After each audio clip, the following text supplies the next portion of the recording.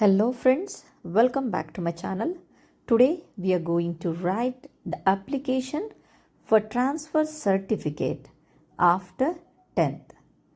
10ನೇ class ಮುಗಿದ ಮೇಲೆ ನಾವು ನಮ್ಮ ಶಾಲೆಗೆ ಟ್ರಾನ್ಸ್ಫರ್ ಸರ್ಟಿಫಿಕೇಟನ್ನು ಕೇಳ್ತೀವಿ. ಒಂದು ಅಪ್ಲಿಕೇಶನನ್ನು ಬರಿತೀವಿ. ಆ ಅಪ್ಲಿಕೇಶನ್ ಯಾವ ರೀತಿಯಾಗಿ ಬರೆಯೋದು ಅಂತ ಹೇಳಿಬಿಟ್ಟು ನೋಡೋಣ ಫ್ರೆಂಡ್ಸ್. ಬನ್ನಿ ಫ್ರೆಂಡ್ಸ್, ಇಲ್ಲಿಯವರೆಗೆ ನೀವು ನಮ್ಮನ್ನು ಚಾನಲನ್ನು ಸಬ್ಸ್ಕ್ರೈಬ್ ಮಾಡಿಲ್ಲ ಅಂತಂದರೆ ಪ್ಲೀಸ್ ಸಬ್ಸ್ಕ್ರೈಬ್ ಮಾಡಿ, ಲೈಕ್ ಮಾಡಿ. So first top of the page ಎಲ್ಲಿ ಫ್ರಮ್ ಅಡ್ರೆಸ್ ಅಂದರೆ ಯಾರಿಂದ ಅಪ್ಲಿಕೇಶನ್, ನೇಮ್ ಅಂತ ಹೇಳಿಬಿಟ್ಟು ಬರಿತಾ ಇದ್ದೀನಲ್ಲ, ಅಲ್ಲಿ ನೀವು ನಿಮ್ಮ ಹೆಸರನ್ನು ಬರೀಬೇಕಾಗತ್ತೆ. ನೇಮ್ ಅಂತ ಹೇಳಿಬಿಟ್ಟು ಬರಿಬೇಡಿ, NAME ನೇಮ್ ಬೇಡ, ಆ ಜಾಗದಲ್ಲಿ ನಿಮ್ಮ ಹೆಸರು ಬರೀಬೇಕು. ಓಕೆನಾ? ನಿಮ್ಮ ಹೆಸರು ಫಾರ್ ಎಕ್ಸಾಂಪಲ್ ದಿವ್ಯಾ, ಪೂಜಾ, ಆಕಾಶ್ ಅನ್ನೋದಾಗಿರ್ಬೋದು. ಅದಾದಮೇಲೆ ನೆಕ್ಸ್ಟ್ ಬಂದುಬಿಟ್ಟು ನಿಮ್ಮ ಅಡ್ರೆಸ್ ಅಂತ ಅಂದರೆ ನಿಮ್ಮ ಹೋಮ್ ಅಡ್ರೆಸ್ ಅಲ್ಲ ಫ್ರೆಂಡ್ಸ್. ನೀವು ಶಾಲೆಯಲ್ಲಿ ಯಾವ ತರಗತಿಯಲ್ಲಿ ಓದುತ್ತಿದ್ದೀರಾ, 10th ಕ್ಲಾಸ್ A ಸೆಕ್ಷನ್ ಅಥವಾ 10th ಕ್ಲಾಸ್ B ಸೆಕ್ಷನ್, ಈ ರೀತಿಯಾಗಿ ನಿಮ್ಮ ಅಡ್ರೆಸ್ಸನ್ನು ನೀವು ಬರೀಬೇಕಾಗತ್ತೆ. ಸೊ ಈ ಕಡೆ ಟಾಪಲ್ಲಿ ನಾವು ಪ್ಲೇಸನ್ನು ಬರಿತೀವಿ. ಸೊ ಅಂದರೆ ನೀವು ನಿಮ್ಮ ಪ್ಲೇಸ್ ಯಾವುದು, ನಿಮ್ಮ ಸಿಟಿ.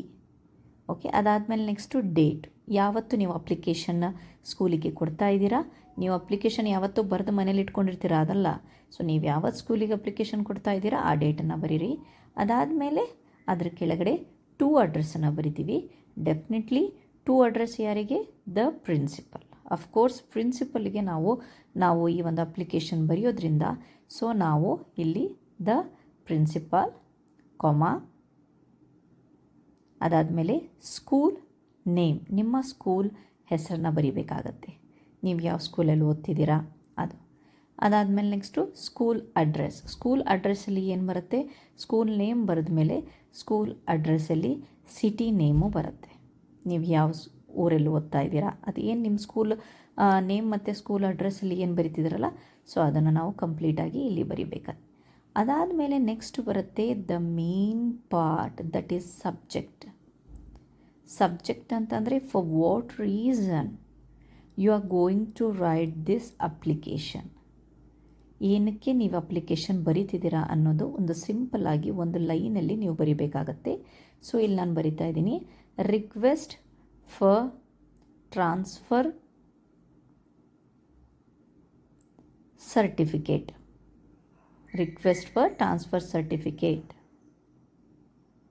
TC, ಟ್ರಾನ್ಸ್ಫರ್ ಸರ್ಟಿಫಿಕೇಟ್, ಅಥವಾ in short you can write TC, request for TC ಅಂತಲೂ ಬರಿಬೋದು. TC ಅಂತಂದರೆ ಮತ್ತೆ ಇದಾಗಲ್ಲ. So long formally transfer certificate ಅಂತ ಹೇಳಿಬಿಟ್ಟು ಬರೆದಿದ್ದೀವಿ, request for transfer certificate. Okay, ಆ ಸಬ್ಜೆಕ್ಟನ್ನು ನೋಡಿಬಿಟ್ಟು ಎದುರುಗಡೆಯವರಿಗೆ ಗೊತ್ತಾಗ್ಬಿಡುತ್ತೆ, ಓ ಈ ಅಪ್ಲಿಕೇಶನ್ ಏನಕ್ಕೆ ಬರೀತಾ ಇದ್ದಾರೆ ಅನ್ನೋದು ಗೊತ್ತಾಗತ್ತೆ. ಓಕೆ, ಅದಾದಮೇಲೆ ನೆಕ್ಸ್ಟು ರೆಸ್ಪೆಕ್ಟೆಡ್ ಸರ್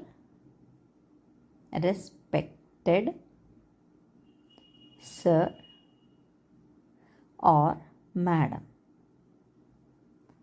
ಅಥವಾ ನಿಮ್ಮ ಪ್ರಿನ್ಸಿಪಲ್ ಸರ್ ಆಗಿದ್ದರೆ ನೀವು ರೆಸ್ಪೆಕ್ಟೆಡ್ ಸರ್ ಅಂತ ಹೇಳಿ ಹಾಕ್ಬೋದು. ಆರ್ ರೆಸ್ಪೆಕ್ಟೆಡ್ ಮ್ಯಾಮ್ ಆಗಿದ್ದರೆ ಸೊ ರೆಸ್ಪೆಕ್ಟೆಡ್ ಮ್ಯಾಡಮ್ ಅಂತ ಹೇಳಿಬಿಟ್ಟು ಬರಿಬೋದು. ಸೊ ಇಲ್ಲಿ ನಾನು ಎರಡನ್ನೂ ಬರಿತಿದ್ದೀನಿ, respected sir or madam. Okay, next ಲೈನಲ್ಲಿ ದಿಸ್ ಈಸ್ ಅ ರಿಕ್ವೆಸ್ಟ್, ಇದನ್ನು ನಾವು ಬಾಡಿ ಆಫ್ ದ ಲೆಟರ್ ಅಂತೀವಿ. ಇಲ್ಲೇ ನಾವು ಕಂಪ್ಲೀಟ್ ಪಾಯಿಂಟ್ಸನ್ನು ಬರೆಯೋದು, ಏನಕ್ಕೆ ನಮಗೆ ಟ್ರಾನ್ಸ್ಫರ್ ಸರ್ಟಿಫಿಕೇಟ್ ಬೇಕು ಅಂತ ಹೇಳಿ. So this is A request for my transfer certificate.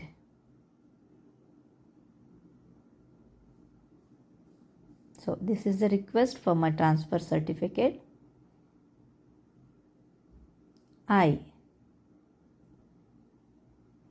ಇಲ್ಲಿ ನೇಮನ್ನು ಬರೀಬೇಕಾಗುತ್ತೆ, ಬ್ರಾಕೆಟಲ್ಲಿ ಬರಿಬಿಡಿ ನೀವು. ಆದಮೇಲೆ ನೆಕ್ಸ್ಟ್ ನಿಮ್ಮ ಹೆಸರನ್ನು ಬರೀಬೇಕಾಗತ್ತೆ. ಓಕೆ, ದಿವ್ಯಾ ಅಥವಾ ಪೂಜಾ, ನಿಮ್ಮ ಹೆಸರನ್ನು ಬರೀಬೇಕಾಗತ್ತೆ. Okay, Divya completed 10th class. Divya completed 10th class in this academic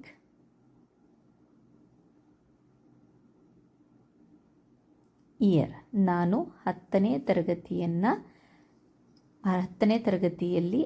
ತರಗತಿಯನ್ನು ಪೂರ್ಣಗೊಳಿಸಿರುತ್ತೇನೆ ಈ ಶೈಕ್ಷಣಿಕ ವರ್ಷದಲ್ಲಿ.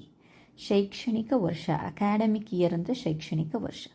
ನಾನು 10th ಕಂಪ್ಲೀಟ್ ಮಾಡಿರೋದ್ರಿಂದ ನಾನು ಇನ್ ದಿಸ್ ಅಕಾಡೆಮಿಕ್ ಅಂದರೆ ಈ ವರ್ಷದಲ್ಲೇ ಆಗಿರೋದ್ರಿಂದ ನಾನು ಇನ್ ದಿಸ್ ಅಕಾಡೆಮಿಕ್ ಇಯರ್ ಅಂತ ಬರೆದಿದ್ದೀನಿ. ಒಂದು ವೇಳೆ ನಾನು ಮಧ್ಯದಲ್ಲೇ ಬಿಡ್ತಾ ಇದ್ದರೆ ಅಥವಾ 8ಲ್ಲಿ 9ಲ್ಲಿ ನಾನು TCಯನ್ನು ಅಪ್ಲೈ ಮಾಡ್ತಾ ಇದ್ದೀನಿ ಅಂತಂದರೆ ಅಥವಾ ನಾನು ಓಲ್ಡ್ ಸ್ಟೂಡೆಂಟ್ ಆಗಿದ್ದರೆ ಈ ಸ್ಕೂಲಿಂದು, ಸೊ ನಾನಲ್ಲಿ ಅಕಾಡೆಮಿಕ್ ಇಯರನ್ನು ಮೆನ್ಷನ್ ಮಾಡಬೇಕಾಗತ್ತೆ. 23, 24, 21, 22. ಸೊ ಆ ರೀತಿ ಅಕಾಡೆಮಿಕ್ ಇಯರ್ ನಾನು ಓಲ್ಡ್ ಸ್ಟೂಡೆಂಟ್ ಆಗಿದ್ದರೆ. ಸೊ ಇಲ್ಲಿ ಕರೆಂಟ್ ಅಕಾಡೆಮಿಕ್ ಇಯರ್ ಇರೋದ್ರಿಂದ ನಾನು ಡೈರೆಕ್ಟಾಗಿ ಅಕಾಡೆಮಿಕ್ ಇಯರ್ ಅಂತ ಬರೆದಿದ್ದೀನಿ. And I am going to join in 12th standard.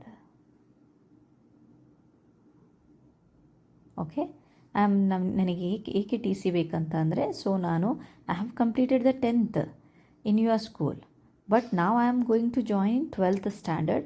For that I need my school transfer certificate. So ಮುಂದಿನ ವಿದ್ಯಾಭ್ಯಾಸಕ್ಕಾಗಿ ನನಗೆ ನಮ್ಮ ಶಾಲೆಯಿಂದ ನನ್ನ ಒಂದು ಟ್ರಾನ್ಸ್ಫರ್ ಸರ್ಟಿಫಿಕೇಟನ್ನು ನೀಡಬೇಕಾಗಿ ಅಂತ ಹೇಳಿಬಿಟ್ಟು ಇದೆ. Okay, this is a request for my transfer certificate. I name completed 10th class in this academic year and I am going to join in 12th standard. For that I need my school transfer certificate.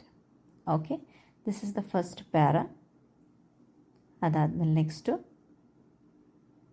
So I am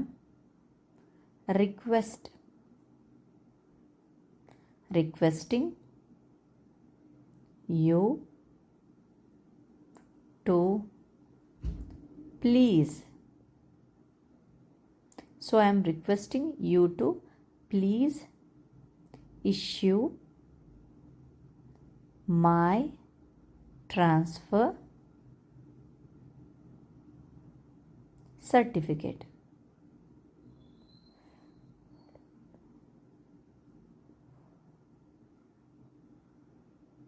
okay, so ಇಲ್ಲಿ I am requesting you to please issue my transfer certificate. ಮುಂದಿನ ವಿದ್ಯಾಭ್ಯಾಸಕ್ಕೆ ಏನೂ ತೊಂದರೆ ಆಗ್ದಂಗೆ ನೀವು ನನಗೆ ಸಕಾಲದಲ್ಲಿ ನನ್ನ transfer certificate ಕೊಡಿ ಅಂತ ಹೇಳ್ಬಿಟ್ಟು. ಸೊ ಕೆಳಗಡೆ ನಾವು ವಂದನೆಗಳೊಂದಿಗೆ ಅಥವಾ ಧನ್ಯವಾದಗಳೊಂದಿಗೆ ಅಂತ ಬರಿತೀವಲ್ವಾ, ಇಲ್ಲಿ ಇಂಗ್ಲೀಷಲ್ಲಿ ಥ್ಯಾಂಕಿಂಗ್ ಯು. ಸೊ ಅದರ ಕೆಳಗಡೆ ಯುವರ್ಸ್